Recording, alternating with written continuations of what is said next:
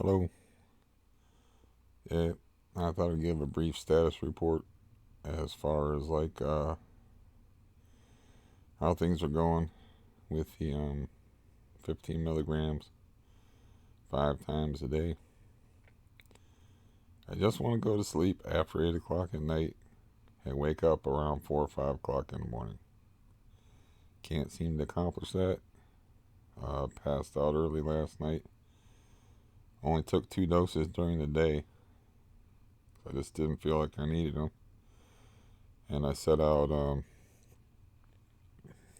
uh, 5 milligrams of volume and a blood pressure pill. I'm like, well, I'll go to sleep because it seems inevitable. And then when I wake up, and I will wake up, I'll take these and put me back to sleep for a while. So I go to sleep around 6 o'clock in the evening. Wake up at 9, sure enough, because I guess that's when my last dose wore off, or who knows why. Took the pills and then woke up at 2 a.m. So I'm kind of stuck like in a sleeping pattern I don't want, which is frustrating. On the good side, I raised up the amount of weight I've been lifting, and I'm not sore. I did like a pretty decent workout less than 18 hours ago, and I would be feeling it. So, they're just 10-pound dumbbells, but I moved up from 2.2 because they're in kilograms to 5-pounders because I'm American and we don't do the metric system. Okay, we don't like it. We're always gonna have pounds. I don't know why, but some of my weights are in kilograms, some of my weights are in pounds. The point is that I was able to move up in weight, so that's an encouraging thing. And as a matter of fact, when I'm done here, I think I'll go lift some weights. It's very good for your mood, and when you get older, it's good for bone density. And they have old ladies lifting weights and stuff because it's good for strengthening your bones and bone density. It's just something I've done my whole life. That's why my body takes to it so good. Because my body's like, oh, we're doing this again, okay. And it's all ready to jump on the bandwagon, so it won't take me long. It'll take me, in a month I see results.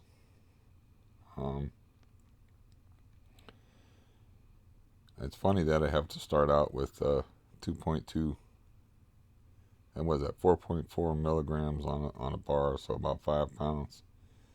I used to start out at 20, but that's just shows you how rocky the last 5 years have been and how I've turned to a tub of goo.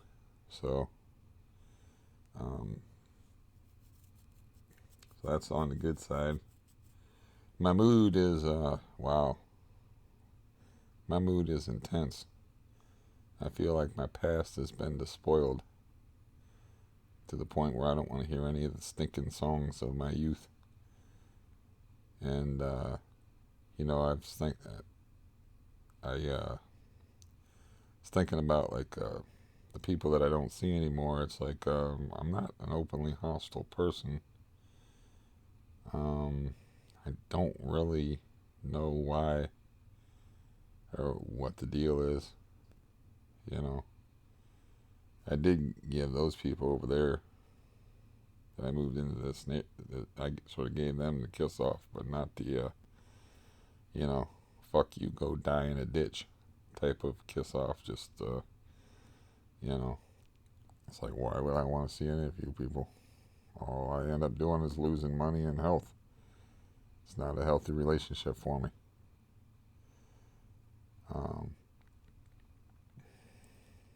But I bet you, like the guy that cost me $900 on the boat, I bet you if he comes back and I said, okay, let's put a price on this. What is our 50-year relationship worth? Is it worth $900? Why don't you come up with $900? give me $900 and we'll call it even and we'll start fresh. Bet he wouldn't do it. He wouldn't even admit that he ruined the boat. So, I mean, you'd be like $900 for what? So, yeah.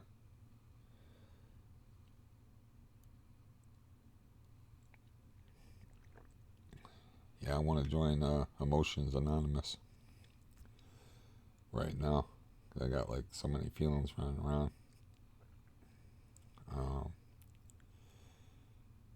and just, I don't, you know, I changed my course of action, obviously. It's like, okay, I'm not going to try to taper here because this place is fucking nuts. And then I like withdrew from everybody in this building. And then like I went from 30 to 20 milligrams a day, really without even trying. But then when I have the doses of the 10 milligrams in order so I could go from 20 to 15, then I'm having problems. So, I still find that weird, but that's that's the case. But it looks like I got to hang around at 15 milligrams for another week or so, or at least until I start sleeping regularly. I got the regular exercise thing pretty much down, and I wait until like I'm due for, I feel that edginess when I'm like, I'm due for some benzos here, and then I'll go exercise instead. And you know what strain that puts on my heart with the history of AFib, I don't know. I try not to think about it. I drank the big cup of coffee this morning. I was trying to think about it, and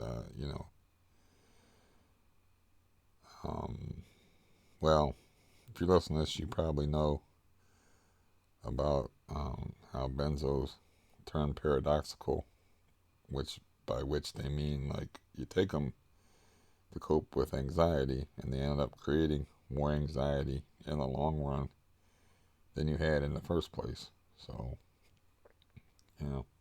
itchy nose.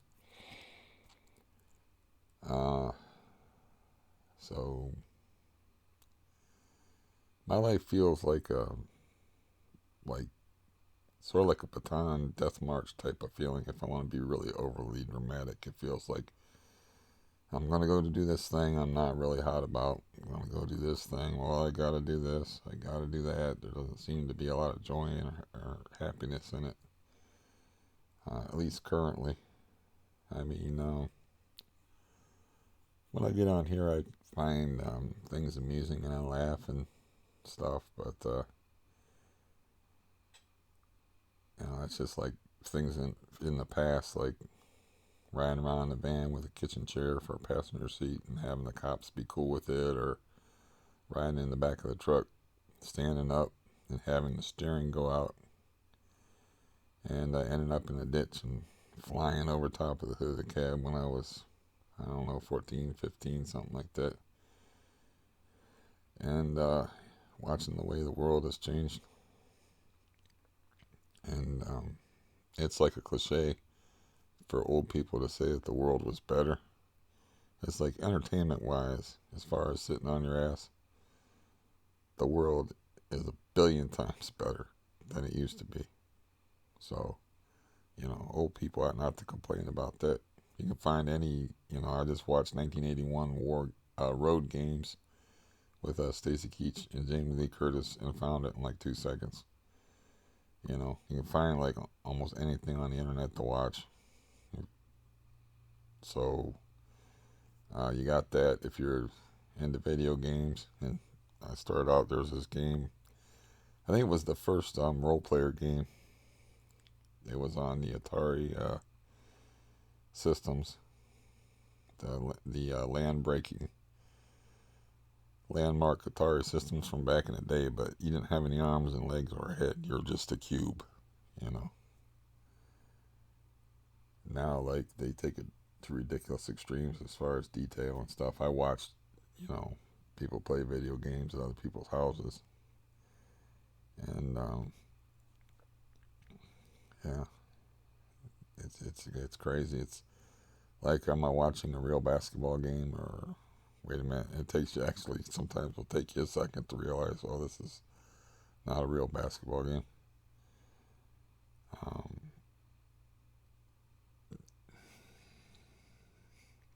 but yeah, I'm in the mood, that's for sure. You'll get that. You just kind of have to get on that treadmill. Metaphorically now, because I still have my treadmill, because the dude ain't picked up the treadmill. My nephew hasn't picked up the treadmill or the barbells I bought for him yet. But I just walk up and down to this long hallway. It's, I don't know how many feet, 30, 40 feet. I just walk back and forth at least a half an hour every day. And I like to be able to do that outside with a cane. That's one I'm aspiring to right now, but I just use a walker in the house because it strengthens your legs, and there's a safety thing in there, because I don't need to be injuring myself. The broken toes thing was bad enough, and that's the last time I mean, besides just like bruises and stuff, I still have like a mark on my leg from the deep thigh bruise that I did to myself like back in July, where I smashed into a car with that. And I wonder about that, why there's still a discoloration there, if that's like a permanent thing, or what. But that was nasty. Yeah, that was a messed up thing. I should have got hurt like much worse than that, but mainly like bruises, scrapes. I cracked my leg on the door frame in there really good, and split my shin bone open. At one time there was some blood, but I'm mostly just careful, and I'm just like strengthening up my legs, and then I'll work on the balance and stuff later, and walk with a cane. I can walk some without just like walk a few paces unaided, but it just seems stupid.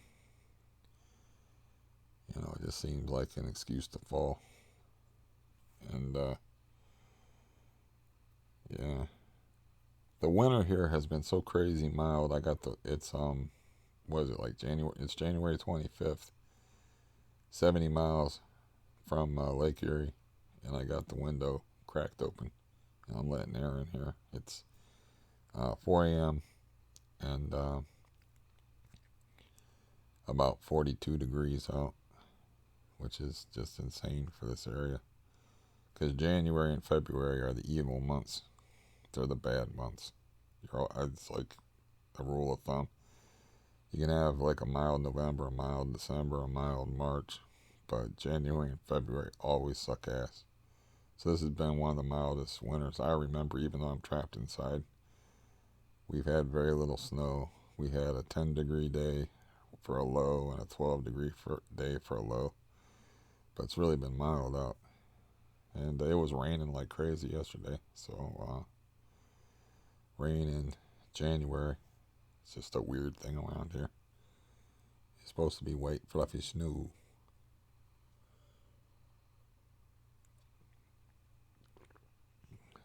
But yeah, sometimes emotion defies articulation, so I can't really tell you too well exactly how I'm feeling, but I was feeling a lot of different things. Uh, uh,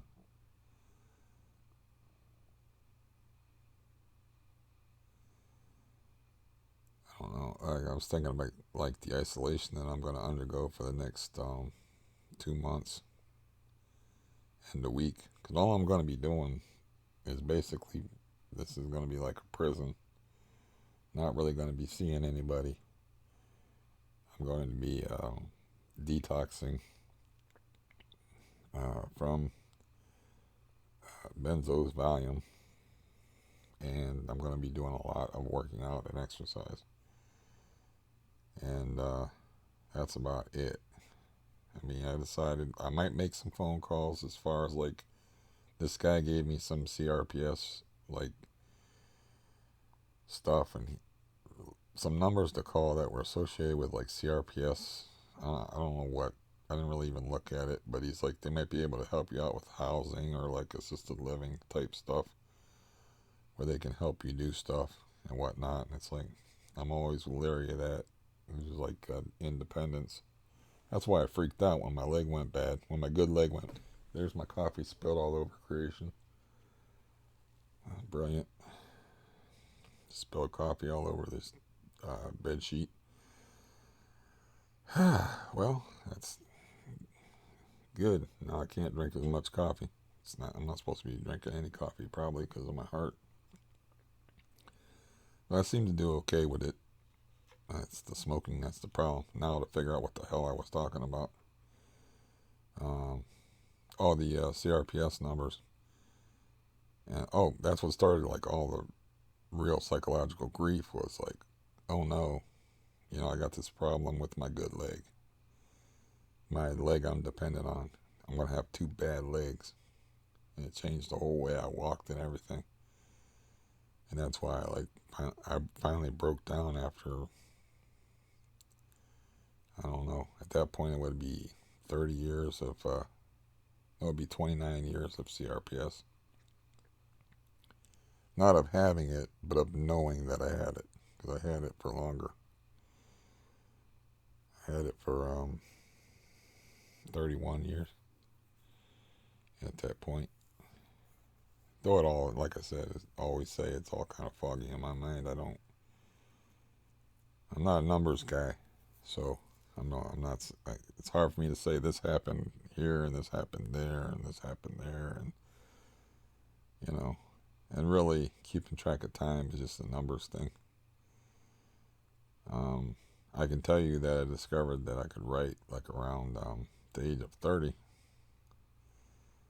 But I couldn't tell you exactly what month it was or what day. Or I could tell you, that it was warm out and where I was and details like that. But I'm just never been a numbers guy. Maybe it's because I don't believe in time. I don't know.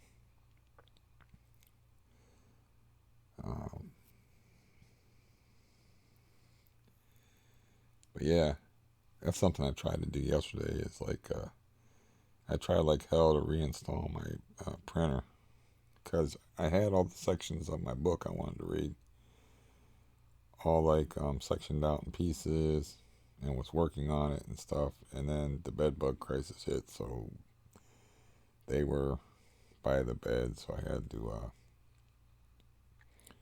double them up in garbage bags, and I can't dig them out. So I have to like reprint those, which is going to cost me in ink, but mainly I can't get a wireless connection going from the printer to the computer for whatever reason. I tried like, I messed with it for a while. I tried like to uninstall the program and then to reinstall it, and I'm like, well, I don't, some computers have this thing called shred, where you click on it and it'll just wipe a program and every remnant of the program out of your computer. And it's like, well, I'll just uninstall and reinstall. Then I tried to like reinstall over top of what was already installed. And I don't know if I didn't have the patience for it to, I gave it a go. I mean, I gave it at least half hour to an hour of messing with it. And I'm like, fuck it. So I'll just use a USB cable and hook it up.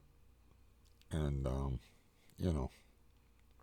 I can work on that and mainly keep busy in my solitude and restring my guitar. Not the guitar with the lights on it, but the gray guitar. My eyes are watering. But yeah, I don't know if this is a wise course of action, but I figure like, I need to get off of the benzos. Like I said in the last video, as soon as possible. I'm already here. Uprooting your life is a bunch of stress. You know, I don't have to see the landlord that frequently unless he has to be inside my building for something catastrophic. He's never come back. I broke my toes on November 8th.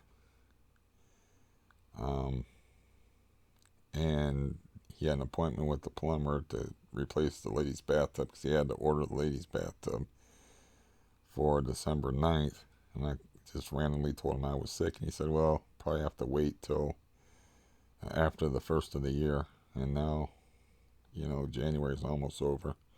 The leak has not reoccurred. You know, just further aggravating me, realizing that I broke my toe over a bunch of bullshit. Two of my toes over a bunch of bullshit. But I don't have to, point is, I don't have to see my landlord. And so basically, here you go. Here's 2 months rent. And as long as these people up here, or I don't have any pipes burst, or I don't have any reason, I don't have to see the guy. So, you know, I don't want anything to do with him. So I can just hang out here. I mean, rather than put myself through all this stress of like rearranging my life, I can put myself through the stress of detoxification instead. And you know, it's not that I'm having trouble hanging at my current dosage. It's I'm having trouble sleeping when I want to sleep. So, you know, I don't want to get up at 2 o'clock in the morning for obvious reason, even though it's nice and quiet around here at 2 o'clock in the morning. This lady, Stampy up here, she gets up early, man. Like, because she got a dog. Dogs don't let you sleep. You got to get up and take them for walks and stuff. Because they have to go to the bathroom a lot. So, she's always up before 7 o'clock in the morning. But I get, I get some quiet. And, but no, I want to see the sun. I want to see around here. And now, sun rises like 7 o'clock in the morning and sets around 5:30. So, yeah, I mean, I see all the sun that there is to see, but I just don't like waking up and then having to be 5 hours before it gets light out. I have like it doesn't jive with other people's schedules as far as making phone calls and stuff. So, yeah, but that's the decision I made. It's like out of a rock and a hard place, I chose the rock. And or I should say I chose the hard place, since I'm talking about the place that I'm living in. Yeah, I chose the hard place. And just concentrating on living the prison life in solitary. And, reducing that dosage until I get to comfortable levels. I just have to, the watchword here is patience. I just have to be patient. And I'm just tired of the whole thing. So it's really hard to be patient. Yeah. And you really, I don't know. It's I started this on the 10th, so it's about 16 days. I've been doing 15 milligrams instead of 20 milligrams, and taking those 5 milligram doses instead of 10 milligram doses. And yeah, I just want to, like I said, I just want to go to sleep after 8 o'clock at night, and then wake up 4 or 5 in the morning would be fine. And I just keep on a steady schedule. Like, this is the time that I lift weights. This is the time that I do my walking. This is the time that I do this. And like, keep everything on a schedule. And that way it makes everything easier. And it's better for your brain somehow. your brain craves routine, not chaos.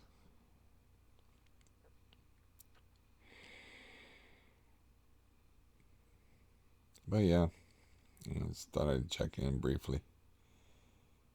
And I don't have a lot of energy. And I did not sleep well. I didn't sleep, but I didn't sleep well. So I'll just leave it at that. And then I guess I got to put a new sheet on my bed since I spilled coffee down the edge of it onto the floor. And I need to clean out this bedroom in anticipation of when they have to. I got to make the bedroom ready, more or less, in anticipation for when they have to go through my bedroom ceiling up there and to replace that woman's tub, because landlord did say specifically that that's, he's gonna have to get in my place to do that.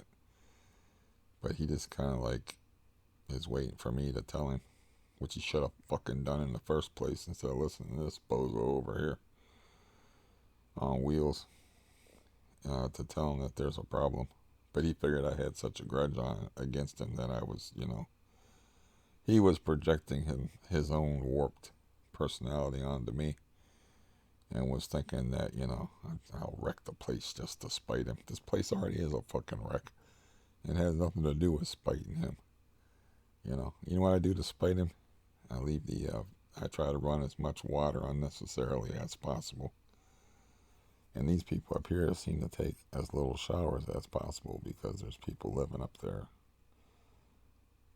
that last I know about it anyway. I haven't heard them a lot. Yeah, I did hear the daughter, but they're not supposed to be living there, but they're living there. But they're taking it real easy on the water and real easy on the shower, so I got to take up the slack for them. So like through the night hours here, I just leave the water on a trickle, not a drip, a trickle, and leave it on all night. And during the day, I just leave it on for no reason, just to run up his water bill. That's the only spiteful thing I'm doing to him. I'm not reckoning. Why would I want my ceiling to fall in the place I'm stuck living at? What people do is they find another place to live and then they wreck the place. I saw what the meth palace upstairs looked like. There's a video of me talking about it. There's the ceiling was caved in. There was gigantic holes in the wall. Place smelled like the fifth circle of hell, and it was just nasty and filthy. And there was some garbage bags that were left there that looked like they'd been there a while. And because they got evicted and thrown out in a hurry, and maybe it didn't sink in that, yeah, this is really gonna happen, because they were unprepared. I remember they left the microwave up there, and there was a baguette of French bread sitting on top of the microwave, and there was a TV in there, and there was various things that were just left in there because the padlock went on the door, and I think it went on the door early just because the guy was in a pissed off mood, the bailiff. And he told him, you should have had your shit out of here already, because they were begging for more time. That was on August 31st, 2018. But yeah, that's when you trash a place. It's not when you actually have to live in it. It is when you move, if you want to get revenge against the landlord. And he's not going to chase you down and prosecute you for vandalism or whatever. He just kind of let this place go to hell with its guillotine windows and its whole 8-foot holes in the walls and the messed up ceiling. And, chasing the roaches from upstairs into my place, which I still have to deal with. I still got roaches. I lay down that poison and it just keeps the population down, so it's not working like it worked really good the first time I used it, but now it's not working. So, they're supposed to take it back. It's supposed to make poison roaches, and when they go back to the nest and die, the roaches in the nest eat the poison roach, and then it kills them.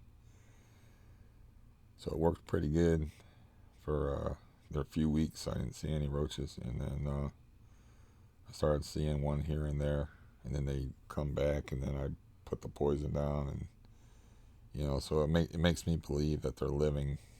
The nest is somewhere else in this building.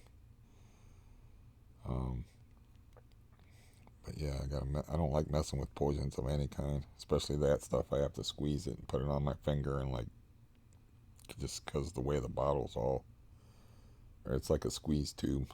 It's all like messed up. It looks kind of like a syringe, but I gotta peel out. It's like a syringe, except for I have to take the needle part off. Then I have to touch the poison with my finger and like put dabs of it places. And I never feel like handling poison. But yeah, I haven't regressed on the benzos. I just haven't made any progress as far as sleeping when I want to sleep. And I'm still at 15 milligrams, so there's your update. I hope you're doing good, and I hope you're not suffering too bad. And I can't offer any words of encouragement as far as anybody that's off of benzos and they're like still suffering, because I may be able to do that in a couple of months here. I'm gonna be like, I'm still like not doing well. I see a lot of exercise in my future, because that's how I used to cope with everything. Was like, yeah, not everything, but yeah, pretty much everything. Stress, exercise. But the main thing was the CRPS. I had the CRPS, and I'd feel pain, and then I'd walk. That's why losing the ability to walk properly was also a huge deal, and helped me have that breakdown in 2017. Is because, like, if I can't walk, what the fuck can I do? This is going to change everything, and sure enough did. As far as making the, I don't know if there's any time limit on that or whatever. I don't think so. But I could do that next week. Make that the one thing that I do outside these prison walls, is call the orthopedist that I originally went to see, ask him to fax the records to my last chance orthopedist, which is probably why I'm putting it off, because if these people don't help me, they're like my last chance that my insurance covers, as far as attacking it from an orthopedic angle. Then, if that doesn't work, I have to attack it from a CRPS angle, which is a lot more complicated and will probably involve the Cleveland Clinic. And, yeah, I'm not a guy who enjoys going to doctors. But anyways, like I said, I hope you're doing good and not suffering too bad. And I should get off my butt and do what I said I was going to do, which is make those little mini videos where I'm just pointing out the link to Heather Ashton herself talking for a mere pop song length, 3 minutes and 30 odd seconds, about the just a bare bones outline about how to withdraw properly. And I'm not getting away of it, but yeah, should do that, since I said I was going to do that. But now I'm going to get off of here, and I'm going to go pick up some weights and exercise, because last time I had a dose, let's see, it was about 9 hours ago, 9.5 hours ago, I think. I don't know, because I was half asleep. What did I say? I got up at 9 o'clock. Yeah, that's what I said. I got up at 9 o'clock. And I think that's what I said. So, no, it's only been 7 hours and 32 minutes. Probably feeling the effect of the caffeine. But regardless, I'm going to get up and pick up them weights. And that's a good way to get some natural endorphins flowing. Make you feel good, make you feel like you're doing something. Exercise is a good thing if you can pull it off. It helped me out a lot when I was withdrawing from Xanax, when I didn't have any volume. And I was taking less Xanax. I'd be like, okay, I'm going to start. I pretty much knew, because that stuff really drops. You know, half-life is no life at all. It's just gone. So, you know, I would time it out to where, like, it would help me stretch out the doses, do exercise, and I'd get that natural rush of endorphins, and I get tired on top of it. It would tire me out, and it would help me stretch out, and take less. But yeah, and so it goes. And so the struggle continues. The struggle with enunciation in the English language, walking, sanity, my dental situation. At least I can wave the white flag as far as the hair thing. I'm not one of them guys trying to save his hair. It's like, I always tell people that when they're like, I'm going out places. It's and they're talking about some thing like, well, you may feel this, or, you know, you may this, and I got other things that are bigger to worry about than that. Just stop them talking. I think they were saying that about my teeth. And I was like, I got other things to worry about. Yeah, I can just take a dartboard. I could like write each thing on an index card on the wall that I have to worry about, and just take a dart, and wake up in the morning and throw it without looking. Then whenever it hits, I'll worry about that today. Oh, thank God, at least I amuse myself. Anyways, best wishes and all that. I'll see you in a while. Goodbye.